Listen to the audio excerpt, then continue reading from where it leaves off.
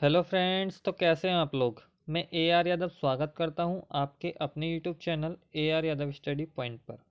तो दोस्तों, आज की जो वीडियो होने वाली है वो स्टैटिक जीके पर होने वाली है, और ये मैंने आने वाले एग्ज़ाम्स को देख करके एक सीरीज स्टार्ट की है जिसका ये पहला पार्ट है। जैसे कि आपके रेलवेज़ के एग्ज़ाम में group D, N T P C, C V T 2, UP Lekhpal, तो इसमें स्टैटिक जीके का बहुत बड़ा रोल रहता है, तो इसीलिए मैंने ये सीरीज स्टार्ट की है।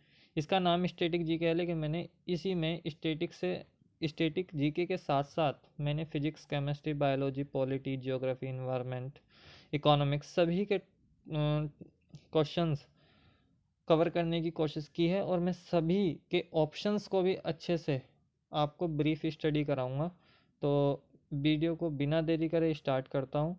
और एक बात और, अगर आप चैनल पर नए हों तो प्लीज़ चैनल को सब्सक्राइब कर लें, और अगर वीडियो पसंद आए तो प्लीज़ वीडियो को लाइक भी कर लेना। देखिएगा, अगर मैं फर्स्ट क्वेश्चन की बात करूं तो परावर्तन के नियम लागू होते हैं। तो मैं ऑप्शन बता दूं, चिकनी सतह पर होते हैं, खुरदरी सतह पर होते हैं, उपरोक्त दोनों, या निम्न में से कोई नहीं। तो ध्यान रखना, उपरोक्त दोनों। जो परावर्तन के नियम लागू होते हैं वो चिकनी, smooth surface and rough surface, मतलब खुरदरी सतह, दोनों पर ही लागू होते हैं। मतलब जो आपका एंगल आई होगा, जो इंसिडेंट एंगल होगा, मतलब परावर्तन कोण जो बराबर होता है, वो कोई सी भी सतह हो, वो एक मिनट, जो आपका आपतन कोण होगा वो परावर्तन कोण के बराबर होगा, वो कैसी भी सतह हो। ठीक है, इंसिडेंट एंगल जो इक्वल होगा वो रिफ्लेक्टेड एंगल के इक्वल होगा। बढ़ते हैं नेक्स्ट। अगर नेक्स्ट क्वेश्चन की अगर मैं बात करूं कि एकमात्र संविधान संशोधन जो सुप्रीम कोर्ट द्वारा रद्द किया गया, प्लीज़ आप नोट कर लेना, क्योंकि मैं सभी ऑप्शंस की ब्रीफ स्टडी कराऊंगा, तो आप नोट कर लेना। ये बहुत अच्छे अच्छे मैं आपको पॉइंट्स बताने वाला हूँ। अगर मैं बात करूं कि वह कौन सा संविधान संशोधन है जो रद्द कर दिया गया, तो मैं आंसर डायरेक्ट बतला रहा हूँ, 99वां संविधान संशोधन। ध्यान रखना, ये जो संबंधित था वो था राष्ट्रीय न्यायिक नियुक्ति आयोग से संबंधित था, जिसे हम कहते हैं NJAC। आप लोग लिख लेना, दोबारा बोल रहा हूँ, राष्ट्रीय न्यायिक नियुक्ति आयोग से संबंधित था। अगर मैं और ऑप्शंस की बात करूं तो 73वां संविधान संशोधन किससे संबंधित था, पंचायती राज से संबंधित था। दोबारा बोल रहा हूं, पंचायती राज से संबंधित था, और कब हुआ था, 24 अप्रैल 1993, 24 अप्रैल 1993 को हुआ था। और याद रखना, 24 अप्रैल को ही पंचायती राज दिवस मनाया जाता है, बहुत मालूम किया जाता है आपका एग्जाम्स में। अगर हम नेक्स्ट की बात करें, 86वें संविधान संशोधन, तो आप लोग जानते होंगे कि 2002 में हुआ था, और ये शिक्षा से संबंधित था। किससे संबंधित था, शिक्षा से संबंधित था। और इसी के तहत जो आपके फंडामेंटल राइट्स हैं, मतलब मौलिक अधिकार हैं, उनमें आर्टिकल आर्टिकल 21A को जोड़ा गया। ठीक है, शिक्षा का अधिकार। अगर मैं इसके बाद की बात करूं, इसी में जो आपकी फंडामेंटल ड्यूटीज़ हैं, मतलब जो मौलिक कर्तव्य हैं, उसमें 11वां मौलिक कर्तव्य जोड़ा गया। ठीक है, उसमें कौन सा मौलिक कर्तव्य जोड़ा गया, 11वां मौलिक कर्तव्य जोड़ा गया शिक्षा का। और इसके बात करूं कि 74वां संविधान संशोधन, तो ये नगर निकाय से संबंधित है। आप लोग लिख लेना, मैं बार बार कह रहा हूँ, नगर निकाय से संबंधित है, और इसके तहत ही 12वीं अनुसूची जोड़ी गई 74वें संविधान संशोधन के द्वारा। बढ़ते हैं नेक्स्ट। अगर मैं नेक्स्ट की अगर मैं बात करता हूँ निम्न में से कौन सा आनुवांशिक रोग नहीं है, तो मैं डायरेक्ट आपको बतला रहा हूँ कि चेचक जो है वो आनुवांशिक रोग नहीं होता। हीमोफीलिया एक आनुवांशिक रोग है, वर्णांधता आपका आनुवांशिक रोग है, डाउन सिंड्रोम आपका आनुवांशिक रोग है। और आपको बता दूं आनुवांशिक रोग, तो देखो और है आपके टर्नर्स सिंड्रोम, मैं बोल रहा हूँ, लिख लेना, टर्नर्स सिंड्रोम आपका आनुवांशिक रोग है। क्लेनेफेल्टर सिंड्रोम आपका आनुवांशिक रोग है। अच्छा, ये Turner's syndrome, Klinefelter syndrome and Down syndrome, ये तीनों जो आपके गुणसूत्र होते हैं, जो क्रोमोसोम्स होते हैं, इनमें डिसऑर्डर के कारण होता है। ठीक है, याद रखना। बढ़ते हैं नेक्स्ट। अगर मैं नेक्स्ट की बात करूं कि घास में कौन सा अम्ल पाया जाता है, तो मैं आपको बतला देता हूँ कि बेंजोइक अम्ल जो पाया जाता है वो घास में पाया जाता है, और ऑक्जेलिक अम्ल आपका पालक में पाया जाता है। कार्बोनिक अम्ल आपका सोडा बॉटल्स में पाया जाता है, जो आपके ये होते हैं कोको कोला या कोई भी पेप्सी, उसमें कार्बोनिक अम्ल पाया जाता है, उसी के कारण वो हमें खट्टी लगती है। और कार्बोनिक अम्ल क्या करता है, ये इसे खराब होने से बचाता है। और इसकी अगर मैं फॉर्मूले की बात करूँ, H2CO3, इसका फॉर्मूला क्या है, H2CO3, ठीक है। और लैक्टिक अम्ल किस में पाया जाता है, तो लैक्टिक अम्ल पाया जाता है आपका दूध में। अच्छा, एक चीज़ और बता दूं मैं आपको कार्बोनिक अम्ल से, अगर आपसे मालूम किया जाए कि सोडा बोतल्स में निम्न में से कौन सा अम्ल पाया जाता है और कार्बोनिक अम्ल आपको ऑप्शन में ना मिले, तो क्या सही करोगे, तो आपको मिलेगा H3PO4। इसको हम कहते हैं फॉस्फोरिक एसिड। क्या कहते हैं, PO4 फॉस्फोरिक एसिड, H3PO4। बढ़ते हैं आगे। अगर मैं नेक्स्ट की बात करूं, निम्न में से कौन सा प्रत्यक्ष कर है, तो प्रत्यक्ष कर क्या होते हैं, तो प्रत्यक्ष कर वो होते हैं जो हम खुद देते हैं, जबकि अप्रत्यक्ष कर वो होते हैं जो हम किसी दूसरे पर बर्डन डाल दें, उसको कोई दूसरा अदा करे, ठीक है। कर दो प्रकार के होते हैं, एक होते हैं प्रत्यक्ष, एक होते हैं अप्रत्यक्ष। एक होते हैं डायरेक्ट, डायरेक्ट मतलब प्रत्यक्ष, और इनडायरेक्ट मतलब अप्रत्यक्ष। तो ध्यान रखना, अप्रत्यक्ष कर है जीएसटी, बाकी उपहार कर डायरेक्ट टैक्स है, मतलब आपका प्रत्यक्ष कर है, निगम कर भी प्रत्यक्ष कर है, और संपत्ति कर भी प्रत्यक्ष कर है। बढ़ते हैं आगे। और इनकम टैक्स तो बहुत ज़्यादा फेमस है, ये भी प्रत्यक्ष कर है। बढ़ते हैं नेक्स्ट। अगर मैं नेक्स्ट की बात करूं कि भारतीय द्वारा स्थापित पहला बैंक है, सॉरी इसमें मैंने ऑप्शन नहीं डाला, तो पांचवा ऑप्शन आप लोग कर लेंगे, याद नहीं रहा मेरा, पीएनबी। ये आपका एनटीपीसी में आया हुआ है ये क्वेश्चन, इसलिए मैंने डाल दिया ये। पीएनबी जो है भारतीय द्वारा स्थापित भारत में जो पहला बैंक है वो कौन सा, पीएनबी। और कब इसको स्थापित किया गया था, तो 1894। अच्छा, ये इकोनॉमिक्स के क्वेश्चन है, तो इसमें मैं आपको जितनी मैंने बैंक इसमें ऑप्शंस दिए हैं, 5 ऑप्शन हो गए अब तो मैं इतनी अच्छे से आपको इसकी ब्रीफ स्टडी कराता हूँ, आप प्लीज़ नोट कर लें, मेरी बात मान लो। 1894 में इसकी स्थापना की गई। अच्छा, इसका उस टाइम पे 1894 में इसका मुख्यालय कहाँ था, तो इसका मुख्यालय लाहौर में था। और अब जो इसका मुख्यालय है वर्तमान में वो नई दिल्ली में। तो आप नोट कर रहे होंगे, मुझे लग रहा है, तो आप नोट जरूर करते रहें। अगर मैं नेक्स्ट की अगर मैं बात करूँ स्टेट बैंक की, तो स्टेट बैंक की स्थापना कब हुई, तो 1921 में हुई। तो इसकी स्थापना किस नाम से हुई, ये क्वेश्चन कई बार आया हुआ है। तो इसकी स्थापना जो हुई थी वो इंपीरियल बैंक ऑफ इंडिया के नाम से हुई थी। दोबारा बोल रहा हूँ, लिख लेना, इंपीरियल बैंक ऑफ इंडिया के नाम से हुई थी।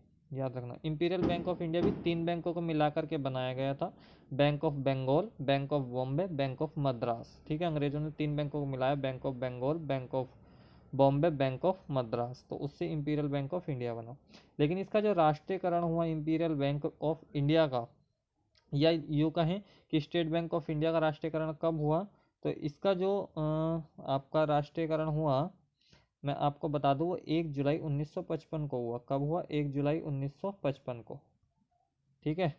तो अगर हम अब बात कर ले थोड़ा सा रिजर्व बैंक की, तो रिजर्व बैंक की स्थापना आप लोग जानते होंगे, यंग आयोग सुना हो, या आपने हिल्टन यंग कमीशन ने इसकी, या इसी की सिफारिशों पर इसकी स्थापना हुई थी, या इसी को कहा गया रॉयल कमीशन। क्या कहा गया, रॉयल कमीशन। इसी के तहत इसका एक्ट आया था, आरबीआई एक्ट।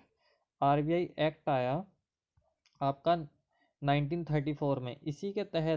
एक अप्रैल इसी के तहत 1 अप्रैल 1900, एपी का मतलब अप्रैल है, 1935 में इसकी स्थापना कर दी गई आरबीआई की, ठीक है।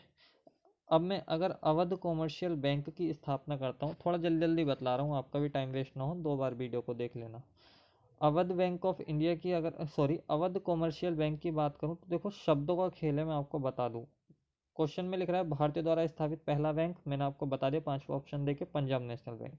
लेकिन आपसे अब क्वेश्चन मालूम कर लिया जाए कि भारतीयों के प्रबंधन में संचालित पहला बैंक कौन सा है, तो याद रखना अवध कॉमर्शियल बैंक। इसकी स्थापना हुई थी 1881 में, 1881 में। अच्छा, सेंट्रल बैंक ऑफ इंडिया, इसमें भी शब्दों का खेल है। इसकी स्थापना 1911 में हुई। याद रखना, पूर्णतः स्वदेशी बैंक कौन सा है, तो वो था सेंट्रल बैंक ऑफ इंडिया। पूर्णतः स्वदेशी bank central bank of India. तो उम्मीद करूँगा आपको बहुत मजा आया होगा इस क्वेश्चन में, और एक बार और इस क्वेश्चन को आप दोबारा देखें, जिससे कि आपके बहुत सारे क्वेश्चंस कवर हों। अगर मैं नेक्स्ट की बात करूं, तो निम्नलिखित में से कौन सा गोवा में बंदरगाह है, गोवा में स्थित, तो मुर्मू गांव जो है वो कहाँ है, गोवा में है। अच्छा, नेहरू बंदरगाह कहाँ है? ये पड़ता है आपका मुंबई में, ठीक है। ये कहाँ पड़ता है? पारादीप, ये पड़ता है उड़ीसा में। अच्छा, ये कहाँ पड़ता है? कांडला, ये पड़ता है गुजरात में, ठीक है। अगर मैं बात करूँ नेहरू बंदरगाह, तो याद रखना ये मुंबई बंदरगाह जो है ना, जो मुंबई बंदरगाह भी है मुंबई में, तो वो भारत का सबसे बड़ा बंदरगाह है, लार्जेस्ट पोर्ट ऑफ इंडिया या largest C port of India. तो याद रखना जो मुंबई बंदरगाह जब लार्जेस्ट है तो वर्कलोड भी ज़्यादा होगा, तो इसी के वर्कलोड को कम करने के लिए नेहरू बंदरगाह बनाया गया था दिल्ली में, ठीक है, सॉरी मुंबई में। बढ़ते हैं आगे। अगर मैं बात करूं धरातल का घनत्व कितना होता है, तो याद रखना धरातल का घनत्व जो होता है वो होता है 3 ग्राम प्रति सेंटीमीटर क्यूब। 3 ग्राम प्रति सेंटीमीटर क्यूब। तो ग्राम सेंटीमीटर क्यूब क्या हुई? इसकी यूनिट है किसकी? घनत्व की। ये भी आ जाती है कई बार आपके एग्जाम में, तो याद रखना। वैसे आपका 2.9 होता है, लेकिन अप्रोक्सीमेट आपको 3 ही मिलेगा। अगर एग्जैक्ट चाहिए तो 2.9 होता है। अच्छा, 13 क्या होता है? तो आप अगर सेंटर पे पहुंचोगे ना, अर्थ के सेंटर पे जहाँ आपकी क्रस्ट है वहाँ है 13, तो ये होता है मैक्सिमम। कब क्या होता है? ये मैक्सिमम होता है, इससे ज़्यादा नहीं होता। तो 13 ग्राम पर सेंटीमीटर क्यूब जो होता है वो होता है सेंटर पर, मतलब क्रस्ट पर। उम्मीद करूँगा आपको समझ आया होगा। बढ़ते हैं आगे और आप नोट भी कर रहे होंगे। अगर मैं बसंत विषुव की बात करूँ, बसंत विषुव की घटना कब होती है? मतलब बसंत विषुव को इंग्लिश में अगर मैं बताऊँ आपको तो स्प्रिंग इक्विनॉक्स। क्या कहेंगे? Spring equinox. तो याद रखना इक्विनॉक्स क्या होते हैं? तो इक्विनॉक्स वो होते हैं जो विषुव होते हैं, वो जब होते हैं जब, पहली बात तो इसका आंसर ये है, मैं बता दूं 21 मार्च। इक्विनॉक्स वो होते हैं जब दिन और रात बराबर हो, डे एंड नाइट जो हो वो बराबर हो। तो याद रखना जो बसंत इक्विनॉक्स होता है वो होता है 21 मार्च को।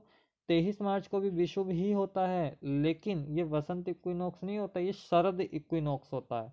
इसे इंग्लिश में कहेंगे, इसे कहेंगे ऑटमनल इक्विनॉक्स। क्या कहेंगे? Autumnal equinox. तो ये 23 सितंबर को भी यही घटना होगी, लेकिन ये आपका होगा शरद इक्विनॉक्स। और मैंने क्वेश्चन में क्या मालूम किया? बसंत इक्विनॉक्स। अभी तक एग्जाम में क्या आता था कि दिन और रात कब बराबर होंगे, अब आपको दोनों ऑप्शन, एक ऑप्शन मिलता था, लेकिन अब आपसे इस तरीके से मालूम किया जा सकता है कि बसंत विषुव कब होगा, तो 21 मार्च। और मैंने आपको इसी में बता दिया शरद विषुव कब होगा, 23 मार्च। अच्छे, बात की 2 डेट और आपको बता दूं मैं, ये ज्योग्राफी से क्वेश्चन है, आपको समझ भी आ गया होगा। 22 दिसंबर को क्या होता है? तो 22 दिसंबर को क्या होता है? जो 22 दिसंबर को होता है वो आपका होता है मकर संक्रांति। क्या होती है? मकर संक्रांति होती है। इसमें क्या होता है?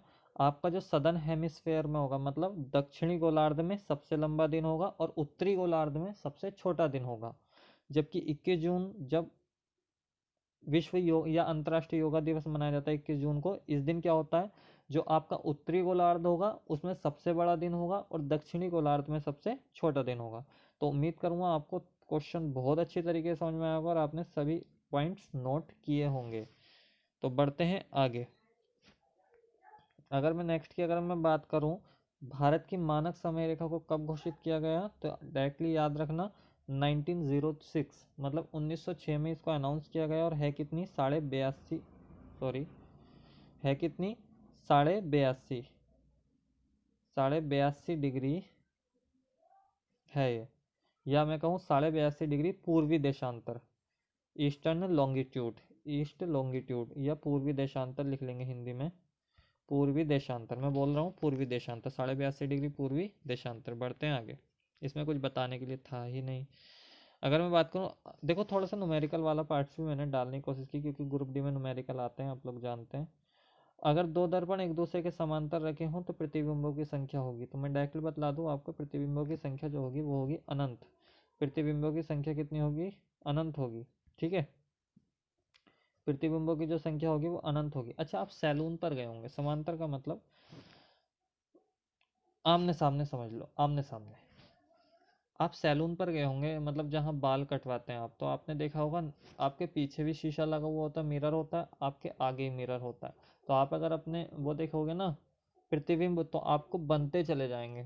अब कभी नोटिस नहीं किया तो कर लेना, और करा हो तो बहुत अच्छी बात है। तो ये तो है आपका अनंत। अच्छा, इसका प्रूफ चाहिए तो मैं नेक्स्ट क्वेश्चन में दूंगा, इसीलिए मैंने नेक्स्ट क्वेश्चन डाला है। नेक्स्ट क्वेश्चन है, अगर दो दर्पण एक दूसरे के लंबवत हो, मतलब 90 डिग्री के एंगल पर हो, एक दर्पण ये एरिया और एक दर्पण ये एरिया, ये 90 डिग्री के एंगल पर हो तो प्रतिबिंबों की संख्या क्या होगी। तो अब आप एक फॉर्मूला याद रखेंगे, 360 बटे थीटा -1, ये फॉर्मूला याद रखेंगे। तो थीटा का मान कितना है 90, थीटा का मान कितना है 90, तो 90 से इसको डिवाइड करेंगे 1 घटा देंगे तो 10 से 10 कटेगा, 9 चौक 36, तो 4 में से 1 घटाएंगे तो कितना आएगा 3, तो 3 इस सवाल का उत्तर। आप डायरेक्ट भी याद कर सकते हो, डायरेक्ट लंबवत पे क्वेश्चन आ जाता है, 3 बनते हैं। लेकिन अगर आपको यहाँ 120 दे दे, 180 दे दे तो कैसे निकालो, तो आप ऐसे निकाल लेना। अच्छा, समांतर वाले का अगर प्रूफ दूँ तो वहाँ थीटा की वैल्यू 0 बैठेगी, क्योंकि एक दूसरे के समांतर हैं, तो फिर ये इन्फिनिटी बन रहा है ना, बन रहा, इसलिए अनंत था उसका आंसर। बढ़ते हैं नेक्स्ट, तो ये फॉर्मूला भी आप लोग नोट कर लेना। अगर मैं नेक्स्ट की बात करूँ, रेडियो सक्रियता की एसआई यूनिट क्या है, तो मैं बता दूं बैकुरल रेडियो सक्रियता की एसआई यूनिट है। अच्छा, क्यूरी क्या है, तो क्यूरी भी रेडियो सक्रियता की यूनिट है लेकिन एसआई नहीं है। रदरफोर्ड क्या, रेडियो सक्रियता की यूनिट है लेकिन एसआई यूनिट नहीं है। जूल सेकंड क्या है, ये यूनिट है लेकिन प्लांक नियतांक की, जिसे हम एच से डिनोट करते हैं, प्लांक नियतांक की यूनिट है, कई बार एग्जाम में मालूम कर ली जाती है, प्लांक नियतांक की ये यूनिट है। अच्छा, क्यूरी ने क्या किया था, क्यूरी ने पोलोनियम की खोज की थी, रेडियम की और पोलोनियम की खोज किसने की थी, मैडम क्यूरी ने की थी, आप लोग जानते होंगे, ठीक है। अच्छा, इन्होंने क्या किया था, रदरफोर्ड ने जो इन्हें यूनिट बना दिया गया, तो इन्होंने ऐसा किया था कि भाई आपको पता है रेडियो एक्टिव जो सब्सटेंस होगा उससे क्या निकलेंगे, अल्फा बीटा गामा रेज निकलेंगे, तो इन्होंने अल्फा और बीटा की खोज की थी, अल्फा और बीटा। तो गामा की खोज किसने की थी, तो गामा की खोज की थी पॉल विलार्ड ने, लिख लेना, गामा की खोज किसने की थी, पॉल विलार्ड ने। बढ़ते हैं आगे, नेक्स्ट की बात करें, भारी जल की खोज किसने की, तो ध्यान रखना भारी जल की खोज की थी, 3 ही ऑप्शन है, हेनरी यूरे ने, हेनरी यूरे। अच्छा, रदरफोर्ड को मैंने बता दिया अल्फा बीटा की खोज की। आइंस्टीन ने किसकी खोज की, तो आइंस्टीन ने एक तो सापेक्षता का सिद्धांत दिया था आपको, और एक दिया था, सापेक्षता के सिद्धांत को इंग्लिश में कहेंगे थ्योरी ऑफ रिलेटिविटी, और जो आइंस्टीन ने एक दिया था फोटो इलेक्ट्रिक इफेक्ट, प्रकाश का विद्युत प्रभाव, या प्रकाश विद्युत प्रभाव दिया था, जिसके लिए इन्हें 1921 में नोबेल पुरस्कार दिया गया था। और ये एनटीपीसी में आपका मालूम कर लिया गया कि आइंस्टीन को निम्न में से किस खोज के लिए नोबेल पुरस्कार दिया गया, तो बहुत सारों ने लगाया था सापेक्षता का सिद्धांत, सापेक्षता का सिद्धांत, सब सापेक्षता के सिद्धांत को अच्छे से जानते हैं, ई बराबर एम सी स्क्वायर, ई बराबर एम सी स्क्वायर। तो याद रखना भाई, इन्होंने जो दिया था वो भी दिया था, लेकिन इन्हें जो नोबेल प्राइज मिला था वो फोटो इलेक्ट्रिक इफेक्ट के लिए मिला था, मतलब प्रकाश विद्युत प्रभाव के लिए मिला था। और आज का लास्ट क्वेश्चन, अभी मैंने इसमें 15 ही डाले, और अगले लेक्चर्स में मैं सोच रहा हूँ कि 20 कर दूँ क्वेश्चंस की संख्या, आप कमेंट में बतलाना तो कर दूंगा। निम्न में से कौन सी शर्करा को मानव शरीर पाचन नहीं कर सकता, मानव शरीर मतलब उसको डाइजेस्ट कर ही नहीं सकता, याद रखना सेलुलोज, सेलुलोज को मानव शरीर डाइजेस्ट नहीं कर सकता। इसकी क्या बनी हुई होती है, इसकी प्लांट सेल बनी हुई होती है, क्या बनी हुई होती है, प्लांट सेल, जो पौधों की जो सेल बनी हुई होती है ना, जो पादप कोशिकाएं होती हैं वो सेलुलोज की ही बनी हुई होती हैं। तो उम्मीद करूँ आपको लेक्चर अच्छा लगा होगा, तो मिलते हैं ऐसी नेक्स्ट लेक्चर में। और आपको अगर अच्छा लगा तो प्लीज़ लाइक करें और शेयर करें, और ज़्यादा से ज़्यादा चैनल को सब्सक्राइब करें। तो thank you for watching this video, मिलते हैं नेक्स्ट वीडियो में। और मैंने ये सीरीज़ आपके लिए स्टार्ट की है, तो प्लीज़ सपोर्ट करें और चैनल को सब्सक्राइब करें। Thank you.